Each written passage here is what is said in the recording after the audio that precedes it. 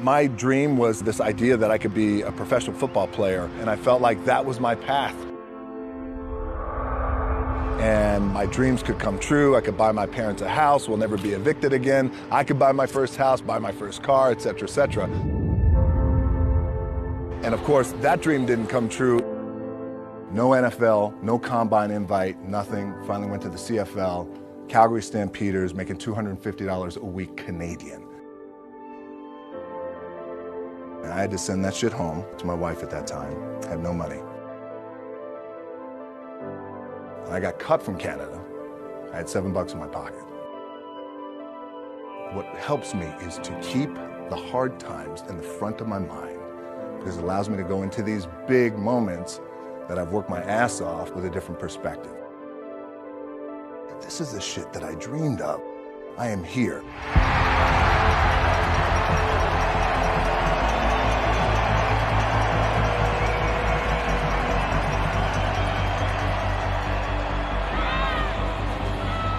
I never made it to the NFL, but life is so wildly unpredictable, and when you look back, sometimes the dreams that we have, the things that we want most to happen in life, sometimes they're the best things that never happen. Playing in the NFL was the best thing that never happened because it got me here. I look back with gratitude. I look back with, thankfully now, a little bit of grace in knowing that all things worked out the way they should.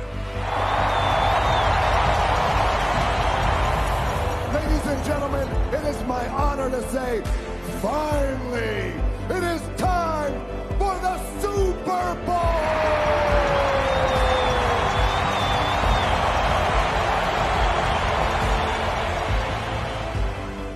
Coming to this field is just so incredibly surreal, feels like serendipity 1,000 times over.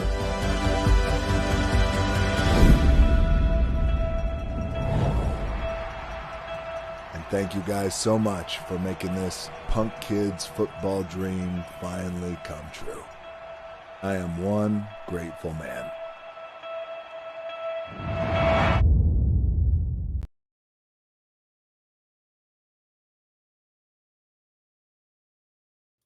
What is up, my friends? And welcome to another edition of the XFL Week in Review. I'm your host, Mark Perry, editor of XFL News Hub. And on this week's show, we just heard from The Rock. We were going to have some announcements. We got the NFL stuff, but an XFL team in San Antonio. We'll get into that. Plus, the XFL hires more people, and we have an interview with Ray Austin, the Fan Control Football FCF commissioner. We asked the questions that you wanted answered. It's a great interview, and that's on a little bit in the show there for you. So what's up? If you want to be part of the show, email podcast@XFL News Hub with your thoughts, or record an MP3 or video on your phone, and we'll play it on next week's show. You can leave a voicemail, 888-430-7692, extension 3.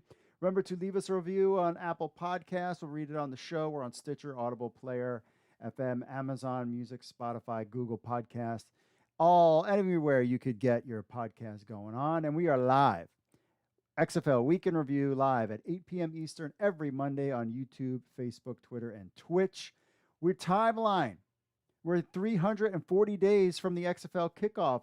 XFL Combine in June 18th. Tentative, though that might switch to the fall. January 9th, 2023 is when XFL training camp begins. And then February 18th, 2023, we get the XFL season to return. And we've been waiting to get some kind of news, and the XFL is so tight-lipped about everything that goes on with the league. To actually get something that kind of slipped out there is quite interesting. We'll get into the new coach, Reggie Barlow, and the potential of the new San Antonio franchise. What does that all mean? We ask you question of the week. So what team is going to move? Do you think it's going to be the Houston Roughnecks? Do you think it's going to be the Dallas Renegades, or is it going to be another team? We want to hear your thoughts on that. Remember, this is XFL Week in Review. Make sure if you like football, then like and subscribe to our channel. Let's get this show 70 likes, especially if we have some major XFL news, and we're talking to the commissioner of Fan Control Football himself also on the show, because they are kicking off April 16th, as well as USFL. Remember, if you're coming here to listen to some USFL news, I got you covered next hour, 9 o'clock. USFL Week in Review. It's actually on all your podcast platforms now. You can download the episode, so go right now. Also, subscribe to our channel, USFL News Hub. Shocker there. And get all the latest USFL news there. They've had their supplemental draft, NFTs, all that fun stuff is happening there. So without further ado, we'll get into our news of the week. Then we'll get into our interview with Ray Austin, and then your social media stuff up, and try to wrap this all sucker up under an hour, because at 9 o'clock Eastern time, we have USFL Week in Review coming up. So without further ado, folks, let's just get into the week that was the XFL. So there is a report out there that the XFL has hired a head coach. That's right, Reggie Barlow from Virginia State University. So could the XFL have hired its first coach? Well, according to a report by Sean Robertson of WTVR CBS 6, Virginia State University head coach Reggie Barlow has accepted a job for the XFL. Quote, multiple sources have told me that Reggie Barlow has resigned as VSU head football coach. He has been with VSU since 2016 and won the CIAA for Life title in 2017. He went 34-16 at VSU. Sources say he has accepted a job with the XFL. Interesting. So this could mean a lot of different things. It could mean maybe he was an offensive coordinator, or maybe he is head coach for an XFL team. This is what happened at first at 1 o'clock on the 10th. Now, Barlow was the head coach of Virginia State from 2016 till now. He was head football coach at Alabama State University from 2007 to 2014. Drafted in the fourth round of the 1996 NFL draft by Jacksonville Jaguars. He played 8 seasons in the NFL as a wide receiver and punt returner, 5 for the Jaguars, 2 for the Buccaneers, and 1 for the Oakland Raiders. In 1997, Barlow led the NFL in punt return yards with 555 on 43 returns. He began his head coaching career in 2005 at Alabama State as a quarterbacks coach. Apparently that coach left, and then he went right into the head coach. He took over in 2007 and finished with a 49-42 record in 8 seasons. Now, there's no official word yet from the XFL, and this could mean that the dominoes are falling. Other coaches could be getting offers now as well, and we still don't know teams, location, TV deals, any of that things. That story came out at 1 o'clock. Hours later, there was a clarification on this story from the one Sean Roberts on Reggie Barlow that he was leaving to work in the XFL. Not only will he be the head coach, cleared that thing up, but he would be the head coach of an XFL franchise in San Antonio. Quote, multiple sources have told me that Barlow has left VSU to become the new head coach of the San Antonio franchise of the XFL. That piece, my friends, is really, really interesting. Now, ever since Dwayne "The Rock" Johnson announced on TV that there would be new teams and new cities, there's been speculation about which places might make most sense. Before the XFL shut its doors, we knew that the league was looking at San Antonio as a possible location. We have a story on that on XFL News Hub, where they were talking with people. Once they decided to pause the XFL staff, some of them went right into starting talking San Antonio as a possible location. Now, San Antonio as a possible location for which team? That's the question. Now, The Rock tweeted, talking about somebody had talked about Texas Pro Day. The Rock said, "We appreciate you, Callie. You're right. The XFL is everywhere, and I look forward to coming back in the great state of Texas, where I used to live as a kid. See you soon," because somebody had talked about there's a lot of XFL scouts out there right now going to pro days, checking out players. So The Rock responding to somebody else. When the league closed, 3 of the XFL franchises were potentially moving. This was from an article we have 2 years ago. Based on attendance numbers, the teams would have been maybe Los Angeles Wildcats, Tampa Bay Vipers, and New York Guardians. All 3 teams averaged roughly 12,000 fans per home game. That was the lowest in the league. Didn't really hear anything about Texas as being a possibility of one of the teams in Texas moving. The Vipers have been rumored to be moving to Orlando. There's no surprise there. The league did not put franchises in San Antonio or Orlando because of the AAF. They had teams there when the XFL was planning their teams. So when the AAF folded, the XFL kind of already had who and what they were going to do in those places. Now, did the XFL move the Roughnecks or Renegades to San Antonio, or did the XFL add a new franchise? Now, having 3 teams, XFL teams in Texas, would not make much sense. We'll have to wait more on if more coaches' hires get leaked or any official announcements from the XFL. Aaron Wilson also reported that former Jacksonville Jaguars wide receiver Reggie Barlow is the new head coach of the San Antonio XFL franchise, according to a league source. And then he talks about Barlow there. So he got that right from the XFL league itself. We know Danny Garcia this past week was in New York City. She posted a bunch of stuff on her Instagram. This, of course, is the home of Redbird Capital Partners. She was there doing fashion stuff for her God Save the Queen fashion line. You know that I'm sure they took a dinner, hung out a little bit, talking XFL. So we've also seen a lot more social media chatter from the XFL scouts. So could this be a sign that a TV deal or teams announcements are coming soon? We have no official word yet, but we do know that one of the XFL franchises is going to wind up in San Antonio. The question is it the Roughnecks? Is it the Renegades? Let us know in the comments. And are you excited, San Antonio, for having your own XFL team?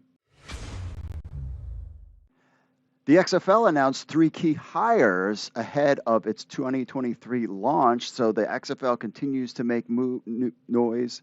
They continue to start posting more on social media, and now we've got some new hires. So the XFL announced 3 new additions to its experienced and growing team. Paul White, Anthony Zacconi returns as the league as Vice President of Consumer Product Group Operations and Licensing Partnerships and Vice President Marketing and Brand, respectively. That's a big title.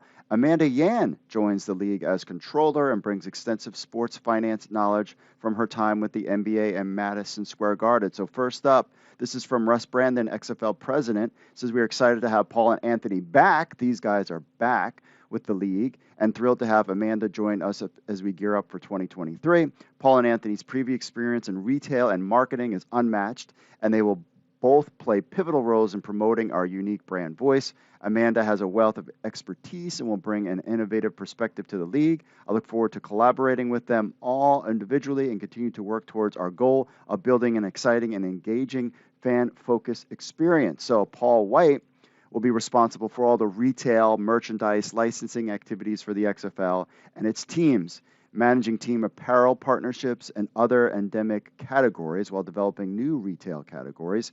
During his time as part of the XFL team in 2020, White built out the infrastructure for XFLshop.com, determined product assortments, and managed retail sales in all 8 team venues. Prior to joining the league, White worked for several sports and entertainment entities, including the NBA, MTV, HBO, USTA, managing consumer products for these iconic brands. White will report to Jordan Schletcher.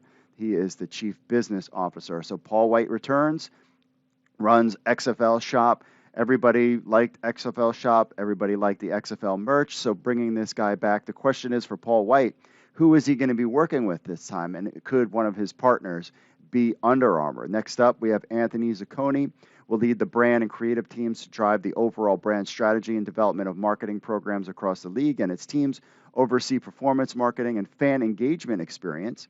Zacconi previously served as the head of marketing for the XFL's New York franchise during the 2020 season, while also working for the league's office, driving performance marketing strategy and execution across all 8 teams. Prior to his time with the XFL, he spent 15 years in various marketing community relations roles in major organizations such as the Brooklyn Nets, Madison Square Garden, across the New York, of course, the New York Knicks and Rangers.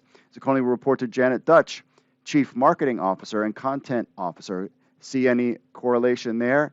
He worked for the New York Guardians, and Janet Dutch was the president of the New York Guardians. So she brings in her guy to lead the brand and creative teams to drive overall brand strategy and development of marketing programs. So he's in charge of the marketing, fan engagement experience. Could we get more social media stuff now that Anthony is involved? Maybe that's why we got 2 tweets in one day from the XFL, something we hadn't had since the league shut its doors. So Amanda Yan will oversee key financial and accounting functions, including financial systems, financial reporting and analysis, monthly close, and internal controls.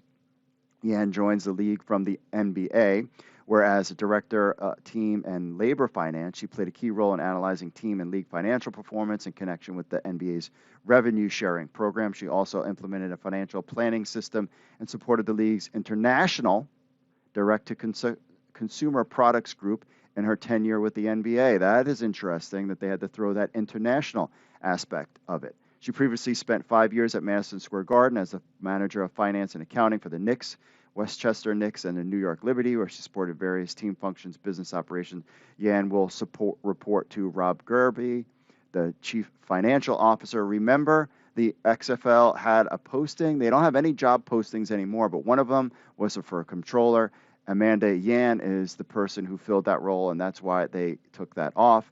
And of course, now we're off to the races. So there are 3 key hires from the XFL. The question now is, now that these guys are in place, we have the financial person, we have somebody with a background in international sports. We also have somebody that's going to bring back the most important thing, XFL shop. So the question is, when are we going to get these teams, who the merchandising deal is going to be with, and we're going to get this rolling for the XFL coming in 2023. We'll just have to stay tuned. I guess we need teams, we need locations, but as soon as those locations are announced, we need merch to buy. So we're getting the team set up just to do that.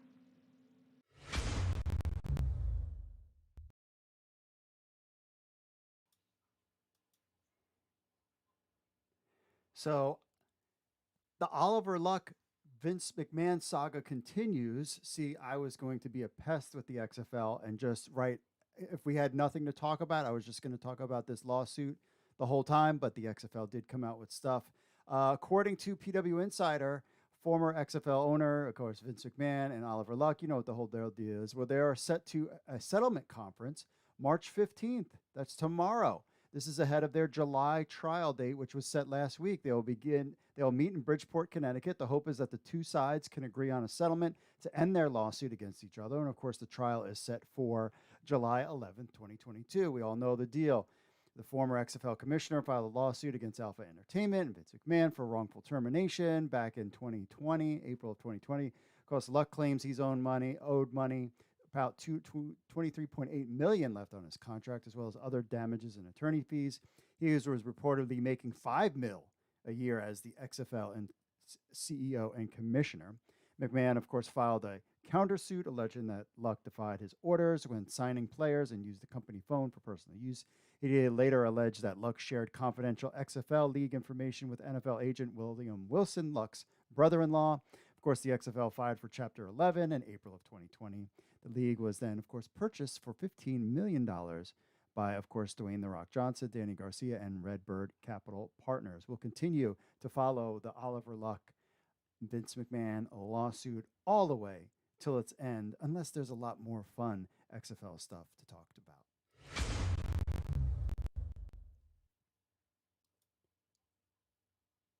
Who doesn't like some fun rankings, lists? People love these lists. So we had our own Andrew Murray, fan of the show and now writer on XFL News Hub, to rank the Fan Control Football FCF team logos. Always a fun exercise to do that. So spring is rapidly approaching, and so is the prospect of alternate football. Fan Control Football is set to kick off April 16th in Atlanta at historic Pullman Yards. 8 teams will represent the various ownership groups, and of course, everybody has got a logo here. So he has them out here. Of course, Team X is actually the new team that is going to be called the Should Have Been Stars. They are voting on their logo now. They were formerly known as the Wild Aces. Drewski is now the big owner there, as well as ASM, Altered State Machines. So they're working on their logo now. So they're at number 8. So at number 7, the Kingpins. The Gutter Cat Gang are owners of the design and most certainly wanted their feline to look as embattled as possible. Pretty cool there at number 7. Number 8, Knights of Degen Purple and orange are risky colors to play with, and jersey design, this is true. But as far as logos go, these end up making a solid contrast. I agree with that. The images of the knight galloping head on is particularly notable. Choice made by the artist here. I think this is a pretty cool logo. What do you think? Then we have the Zappers. I probably would have put the Zappers. Zappers remind me of Jolt, that soda from back in like the 80s. The icon for the Zappers is akin to the protein bar. The yellow and faded brown mixed with the black and orange outline makes it look like an energy supplement. Perhaps that's the idea given the motto, getting zapped, according to their team page. So they have the Zappers at 5. Number 4, the Beasts. Beast Mode himself, Marshawn Lynch's team. The logo represents some amalgamation of a lizard bear, wild beast, or whatever kind of creature they got going there. I think that's a pretty cool logo at number 4. My team, Aoki. I love this logo. This is the one I voted on. I think the face is cool. And the 8. And remember, these are all logos made by fans. The design is emblematic of team owner Steve Aoki, an anonymous art dealer. Of course, the character and a DJ. And if you're a follower of a DJ, you'll appreciate this visual homage and perhaps even a diamond emblem with the 8 insignia on the creature's head. Very cool there. Number 3, Glacier Boys. I like them. Another squad returning this season. The Glacier Boys are sporting their threatening image of the polar bear on the jersey. Very cool. Glacier Boys. And the number 1, Bored Ape Football Club. This is the cleanest design of the entire bunch. The ape skull coupled with the old style football helmet, which I think is cool, and the menacing profile, the glowing blue eyes add an anonymous look to the ape head as well. The football club FC is used everywhere when it comes to soccer and stuff like that. So what do you think?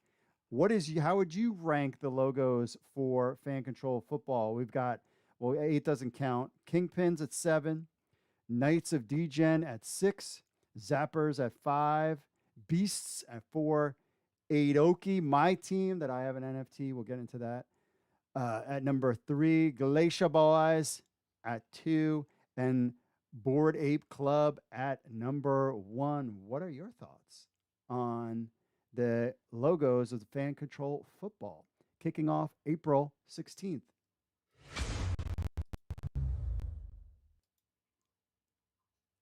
Major League Football, yes, the ones that's always going to be doing something. They finally released some team logo concepts as well as talks of the future in the spring. So Major League Football is building towards a potential 2022 kickoff.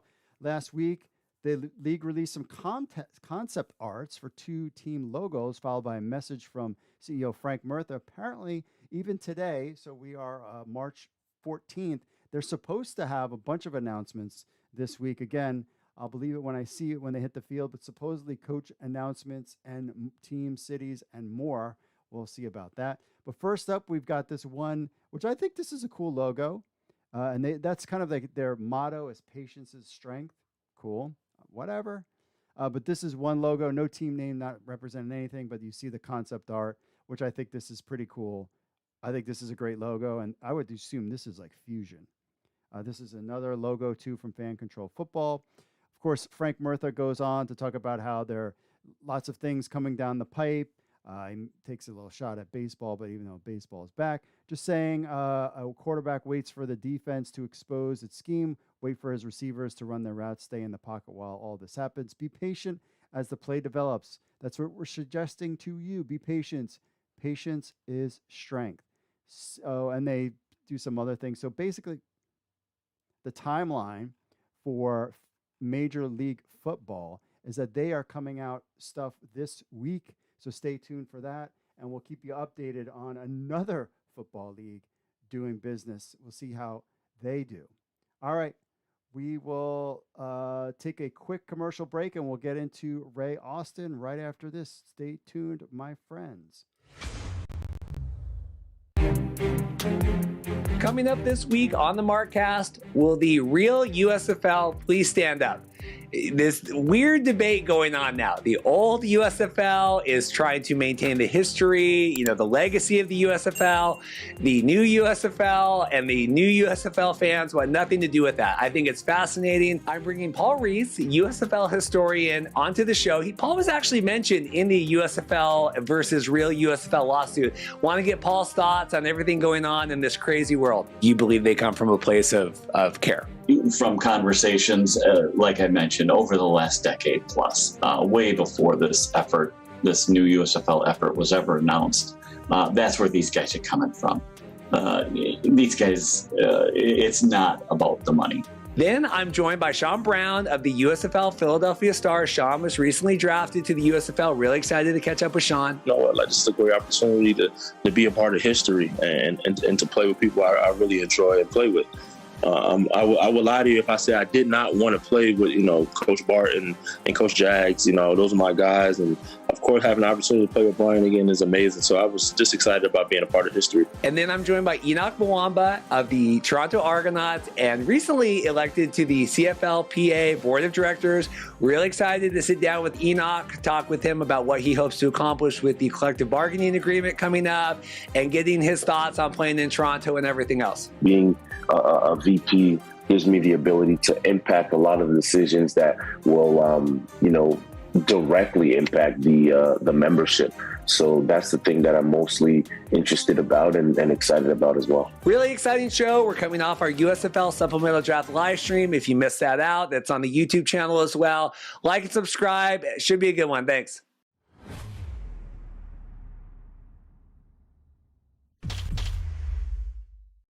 All right, Mark here with Ray Austin, who is the commissioner of Fan Control Football. Ray, I really appreciate you coming on time and kind of explaining all this stuff to all our spring football, alt football fans out there.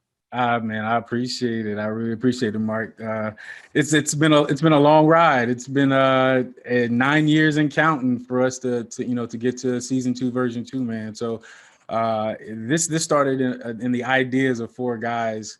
Literally 9 years ago. We were all in different places at that time. So neither one of us knew each other. And, we all had all of our different backgrounds. And I'll definitely go into the story when you want me to. Yeah. So I always ask my guests, give us your superhero origin story. How did you get from high school kid all the way to playing in the NFL, acting, and then now to fan controlled football?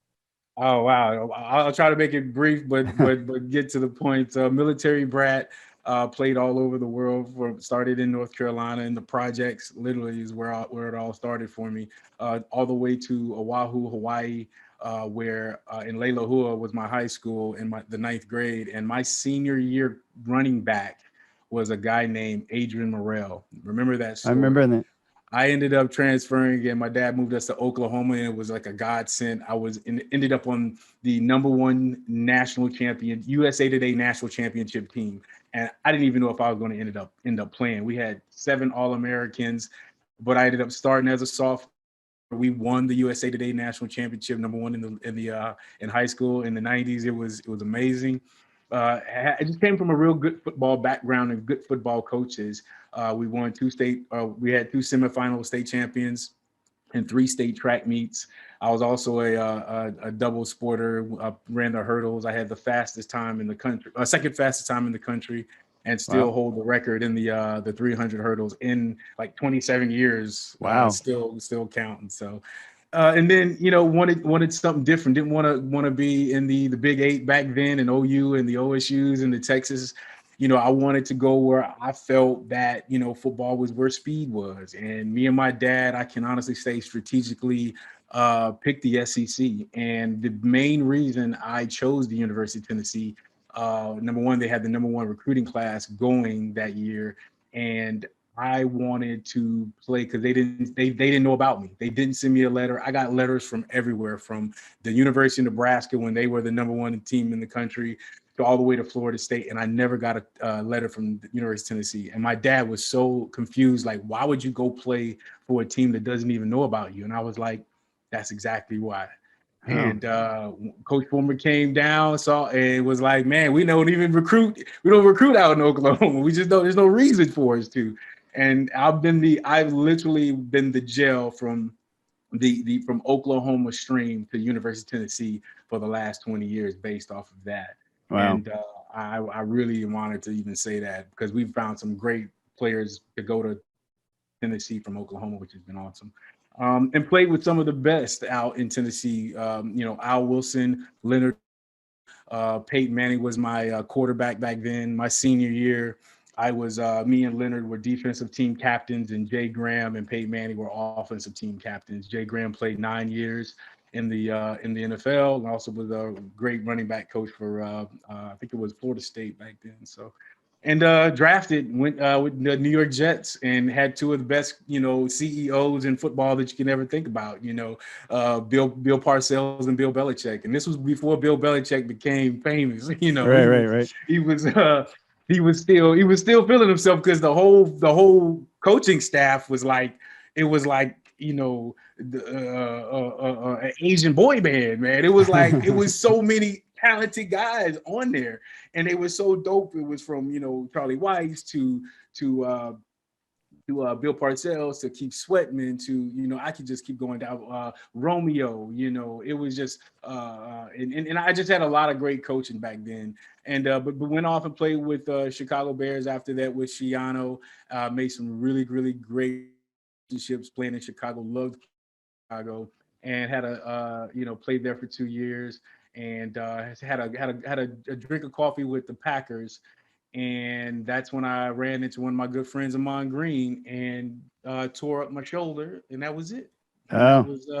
That was when you got to put the cleats up and figure out what else is in life and what else you're going to do. And it was difficult at first. I didn't know what I wanted to actually jump into, but I've always wanted to be in entertainment. And that's when I jumped into acting and modeling. And I never knew that it was going to be the next 15, 20 years of my life. And it was going to be probably more successful than my football career, which is crazy. So I really enjoyed doing that here in Chicago.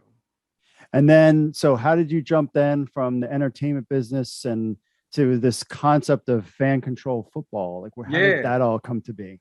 Yeah, I mean, I've been out in Chicago, and acting, and it was like, I was at one of my buddies' semi-pro football games, and I was like, I'm gonna go watch you play, yada yada yada. So I'm sitting in the stands, and I'm looking at the game, and it's horrible. And I'm like texting him, I'm like, dude, tell your coach to run a sweep. Tell him run a play action pass. And he had a cell phone on him because it's semi-pro. So, so I'm like texting him, like, dude, what is he doing? And so after the game, I was like, you know what? Let me go talk to these guys. And I sat down to talk to the coaches and the players and whatnot. And I said, Coach, can I get your phone number? And he was like, yeah. I was like, I'm gonna call some plays. Could you just run them for me? And I went back up in the stands, Mark, and was like, run a sweep, run a play action pass. And he started to go down the field with the defense. And I'm like, scored a touchdown with me just texting him. And I was just like, man, this was 9 years ago. I was like, I think there's something here.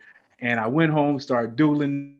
Had me and a couple guys got together trying to get it to work. And we had built out a little small, beta test of it. And to be honest with you, Mark, I ran out of money. Just didn't know what I was doing. I wasn't really, that was just not my platform. And ran into my old teammate, Tony Parrish, safety, played with the Bears, and could never beat him out. This dude was a freaking specimen. But we're having dinner. He's such an analytical player too. So, we're talking and he's like, what you working on? I'm like, I didn't want to tell him because I knew he was going to think it was dumb.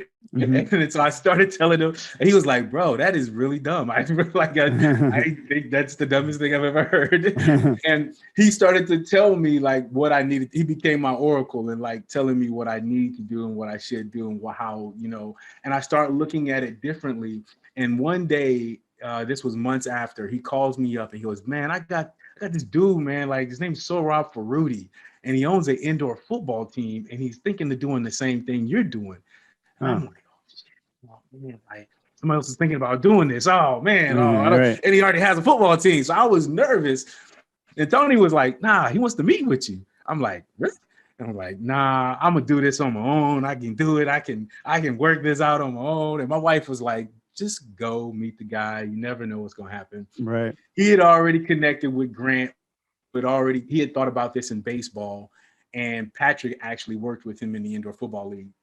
And we're all sitting there. You got Grant, that's an SEO guy, marketing. You got a true entrepreneur and a CEO. And then you got Patrick, that was a gamer. And then you have me. We were like a bad joke going into a bar, like three white guys and a black dude walking in a bar. They come out with this fan control football, man. It was great. And we've been friends and, and colleagues and teammates and brothers ever since, man. And then so that was 9 years ago that conversation took place. Yeah, man. Yep. I mean, so now things have progressed. You guys got your first season last year, and then successful because clearly now you're in year 2. Yeah. So fan control football, a lot of fans are starting to know about it now, basically around this NFT kind of aspect to it. Can you explain to the fans about why? So there's individual owners that are celebrity owners of each team. And then you guys decided to add this cryptocurrency blockchain element to that. Yeah. Just, keeping football, in the old, the old way things have been done. And also, looking at the new way things are done. And we call it the OGs against the NFTs. And the way we say that is really trying to combine and to smash, innovation from old and new together. And I think that's what's so dope about the NFTs. It's like they're these, you will have the ability to get and certain types of prizes, rewards, VIP access to our venue. Like, we want to open up a different experience for our fans, instead of going to a stadium and paying, $20 for some popcorn and a hot dog and all that. Like, we want to be like, nah, you're an owner. You're an owner of one of these NFTs. That has value with us, and we're going to give you value from that for your actual sporting experience. The people that are going to be there, the hanging out with our team owners, hanging out with the executives, hanging out with the commission booth. We want to give our fans a different experience that sports has never done before. And so fans can get involved by downloading the app. You don't need to purchase an NFT. You can be part of another team without doing that. Is that correct? Absolutely. And that's the great thing about it. You have the option to go with the NFT team, which you can go to our because we're still minting NFTs right now. You can go to our website, fcf.io/Ballers Collective, pick up an NFT. Man, I mean, they're amazing. This is the commission's NFT right here. This is the commission right there. So y'all check it out. Yeah. I mean, and it's so dope. Everyone is unique, and everything that you will have in that NFT will be unique just to that person who actually purchased it. But again, if you don't, you want to be more of the old school and go with the OGs, man, look, I'm a Glacier boy to life. That's as a founder, we had to pick a team that we said, you know what, that's going to be our team, and we're going to put it on our backpack, and the Glacier boy my team, and it'll always be. But I've gotten so involved, in this NFT space. Like, I mean, I think I own somewhere around 20 and I'm still buying them because I just love seeing the different characters. And I don't even know some of the unique tricks that I'm going to get. I don't even know, but I can't wait to find out. And so the league had 4 teams last year. Yeah. And then now it's bumped up to 8. And talk about the Pullman Studios in Atlanta, Georgia. We've seen the pictures. Man. They look amazing. Like, tell us about what's going on with that. Bro, like I don't know if, like, when you see like your dream come true, you know what I mean? Like, you see it like, damn, this is what we pictured it to be. Like, walking through there on the mud, like, I put my cleats on, man, because it was going to be muddy, but I was the first player to have his cleats in this mud, in this place that we're creating. And Pullman Platt, if you've never been to Pullman Pratt Yards, it's Pratt Pullman Yards. It is literally a studio, a venue where some of the dopest movies have been made. District 9, Hunger Games, Bad Boys 3. Like, it is when you go in there, you're almost like, I've been here before. And you know what I'm saying? And to now see that we're transforming into this dope ass venue is like for people to just have a different experience, man. And it's just so innovative. It's so creative. And to be in this creative space and this creative community like the Pullman Pratt is just perfect for what we're doing. And then everything is going according to plan, ready to kick off April 16th. Yeah. Are you going to sell tickets on? Can fans buy tickets? Like, how does that all work? Well, again, go that's to the games? we'll have a lot of those experience and prizes and things in the access of some of those NFTs. So that'll be coming down the road. We're more focused on just getting this stadium ready, getting the word out and making sure that we got people that actually want to, come to the venue.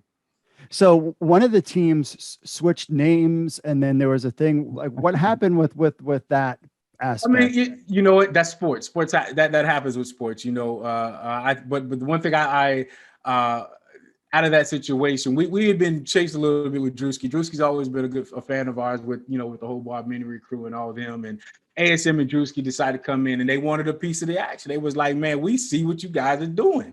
And I had a chance to hang out with Drewski. I knew Drewski a little bit, but I didn't know that he was so damn fun. Like when he came to one of our tryouts in Atlanta, the players' eyes got big like they had seen Michael Jordan. It was crazy to me. I'm like, man, we got Todd Gurley here, we got Renee Montgomery here, and then Drewski walked in. It was like a slap joint. But having him understanding what we're trying to create, the platform for our players, the platform that we're trying to create for our fans, having guys like SMM, Drewski connect and partner with Rachel Lindsay and Austin, like they gelled, they got together really great.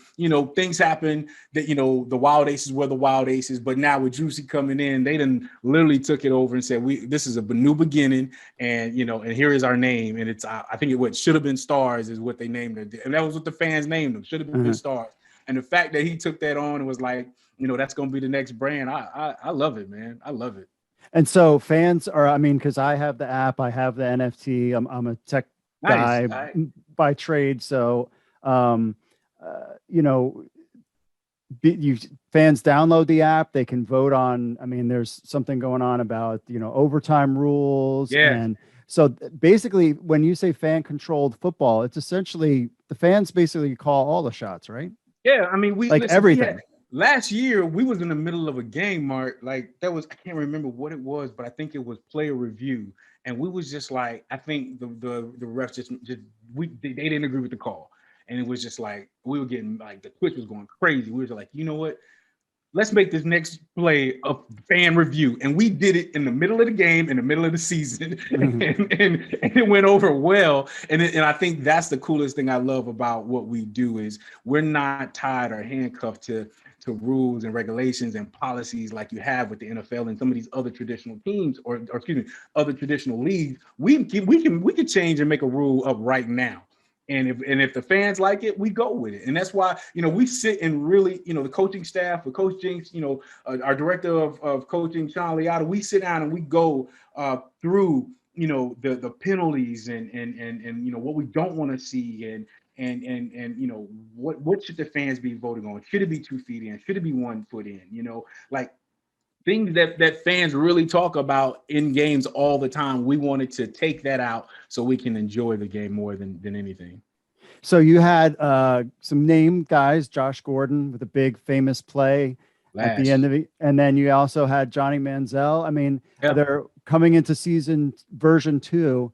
Are we going to see Manziel again? Are we going to see, is there other kind of names out there? You guys had open tryouts that guys could sign up for. We get that question all the time on XFL News Hub. How can I get involved with the XFL or the USFL? And we're always like, you have to have an agent. But if you're somebody from a small school, Division III, fan control football, we talk about hub football, there's 2 places to go to try out and be part of these leagues. What was that experience like finding players? And is there any kind of big names that fans might know coming? First of all, to answer that first question, yes, we will have some big names. Okay. We're going to have some big names. You have my mark my word. We're going to have some people that you guys are going to be like, I wanted to see that person play. So cool. Yes. 2, I enjoy that part of what we do because this is where you find that guy. This is where you find that diamond in the rough. And I always say that. It's like people always say, well, you've got all these other leagues, but you only have the NFL. It's like, do you know how many NFL rosters there are? There are not many NFL rosters. You know how many good athletes that are out there sitting, waiting for their turn? And you're always a play away from being on any one of them squads, regardless of where you play football. But you should be playing somewhere. And that's what we look for. We had over, I think, if I remember correctly, we had over at least 1,000 players submit to be a part of our combines. We were up in Atlanta. We had over 160, and it was treacherous. It was chaos, but it was awesome. And we ended up signing 30 guys just from that tryout alone. And again, that to me is where you want to.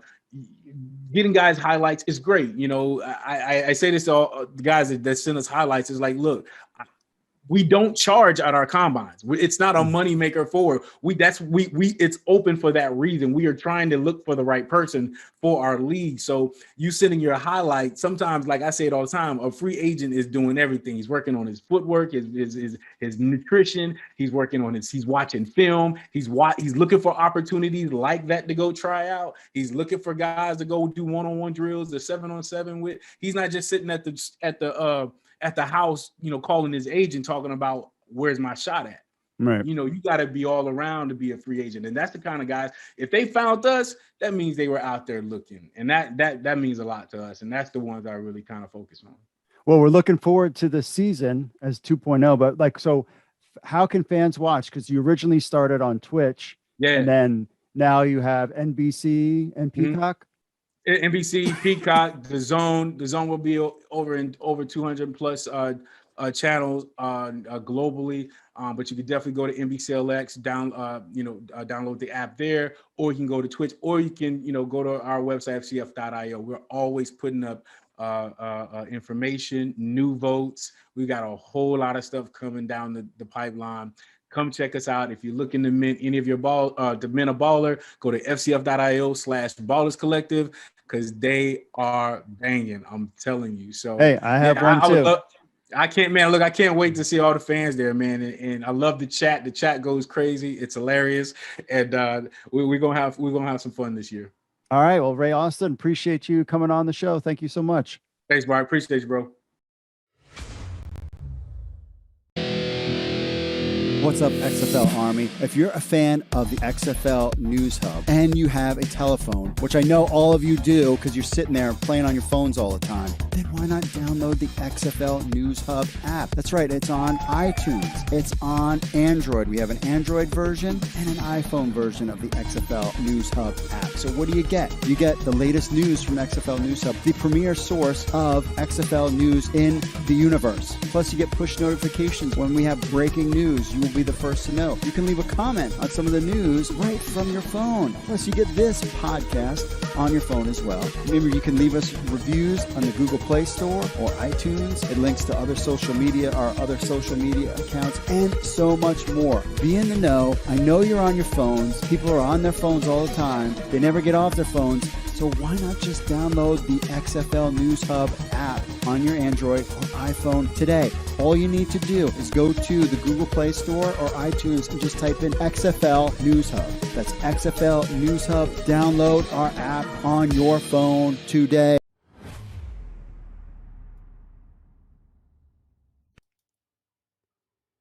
All right, let's take a look. Quick shout out to our social media stuff. Question of the week on the Facebooks. Talking about who's going to leave the team, San Antonio. Who's out there to San Antonio? James says Houston, court battle, and the USFL has a team there. Isn't worth the fight. That's true there. Ronald says, I think obvious it's going to be Houston with Roughnecks logo and the legal battle. They're probably going to change it. And now the Gamblers and USFL, that would make the most sense. I agree there.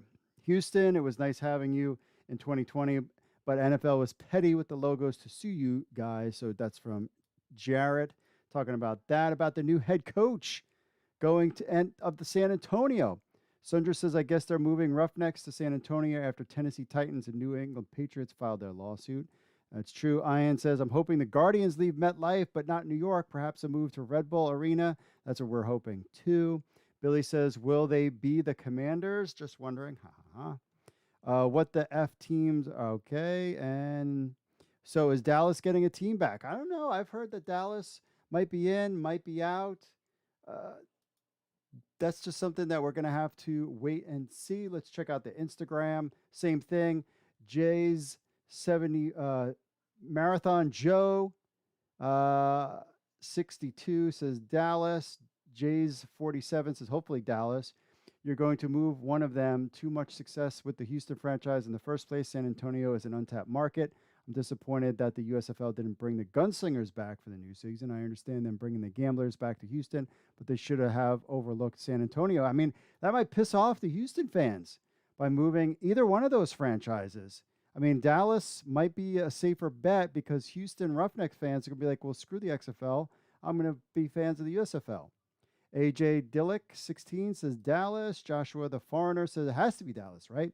They had a hard time drawing. I don't think they had a hard time drawing. He thought Houston's numbers was only due to them having a good team. Spring football and analyst. As a Roughnecks fan, I really hope Dallas. Houston is way too big of a market to leave and had a great fan base too. Who cares if the USFL has a team there? XFL was there first. And Themba1222 says Dallas. Sadly, right there. Let's go on to the Twitters. Philip Wedge 77 says Renegades, the Roughnecks outdrew them easily. Dallas is cowgirl country anyways, and Houston doesn't have a professional football team. Okay. Zachary says it's hard to say. Renegades were already on their way here in 2020 because of the lack of support, but now you have a logo issue, and the Gamblers in Houston, even though the Roughnecks had a lot of support. Remember, the Roughnecks didn't have a stadium to play in. They had to play in a college stadium. I think that might be an issue. TFF Andy Gonzalez says too much support in Houston to concede it to the USFL playing in Birmingham. That's true too. That has to be a factor though in the XFL's decision. There's no question about that. And oh wait, what's going on here? We're not seeing the Twitter stuff. No. Oh, there we go. _miss Alistair E. Fano says both. I see the Roughnecks move to San Antonio and the Renegades move to Mexico City. That would be shocking. Certainly that would be shocking. No question about that. Dang. I didn't think about that one. Let's see here on the emails. We've got Charles McCourt. Says dedicated season ticket holder for Commanders, first time contributor. Without question, would love an XFL pro team located at the Alamo Dome. Season ticket for me and my buddies, big yes. Propose a scrum or version of it instead of the kickoff. That would be innovation, no scrum. Also, instead of defenders or drillers, would love to see the San Antonio club be called the Conquistadors. Would wait to hear our thoughts on theirs. Let's play professional football in San Antonio. All the best to you and cheers to Lee. Go the Rock and lead the way to a pro team starved community in South Central Texas. Not Conquistadors would be cool. Defenders are staying in defenders. I like that. I like the Conquistador idea there.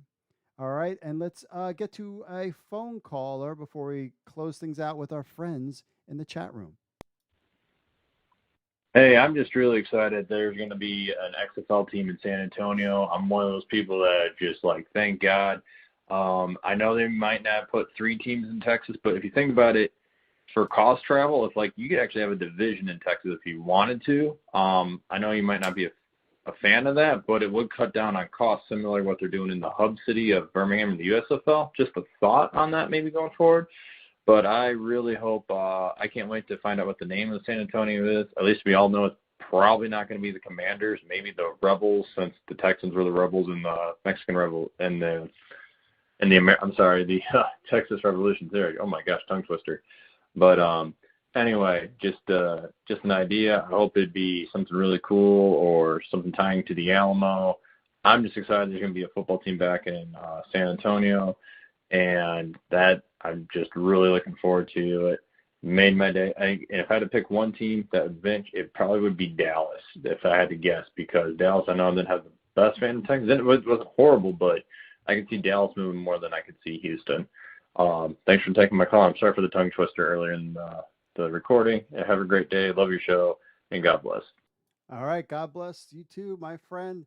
I think you guys have it on point. It's funny because you got one side of the thing saying Dallas, and then the other side saying Houston. I've heard both. Actually, is what I've heard. So, and this is over the course of the last 6 months. Now has something changed? There's no way that they could have 6 or 3 franchises in Texas. That would just be nuts, with especially global expansion. But one guy has a point.